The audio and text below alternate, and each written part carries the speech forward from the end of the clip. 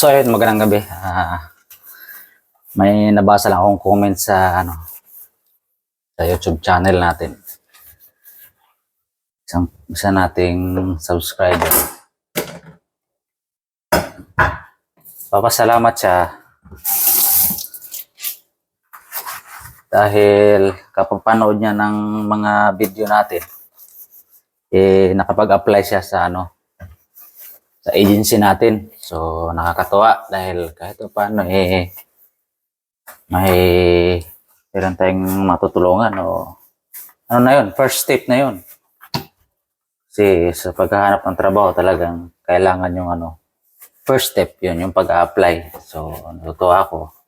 Sana ma-select siya sa sa trabaho ng ina-applyan niya. Papunta rito sa Guam. Kasi nga napakaraming walang trabaho sa Pilipinas. So, isang malaking oportunidad kapag nabigyan ka ng pagkakataon na ma-select papunta rito. So, sana ma-select siya para naman makatulong ng magaan-gaan sa pamilya. So, ayos. Saka, siyempre nagpapasalamat din tayo kasi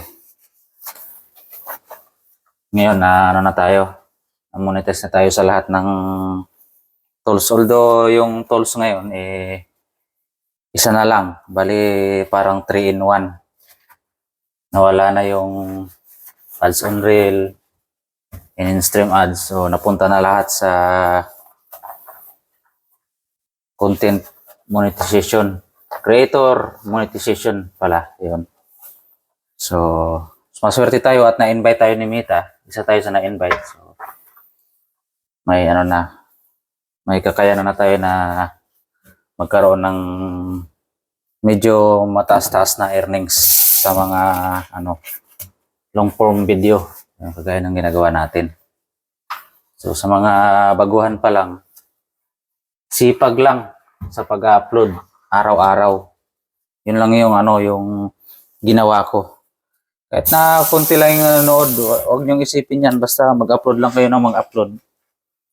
Kapag na-invite kayo, yun bago natin problemahin yung mga maparami yung views natin. Basta upload lang tayo ng upload.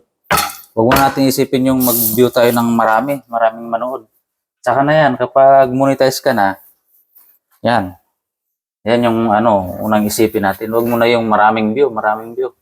Darating din yan sa sa mga content natin kasi talagang merong content, meron kang content na magti-trending. So sa akin yung susi para na-monetize ako yung yung video ko noon na sa school bus. So umabot siya ng halos 3 million views. So tapos sumunod mayroong 500,000, yun. Merong 50,000, yan. Basta sipagan lang ng ng upload. Yun lang ang masasabi.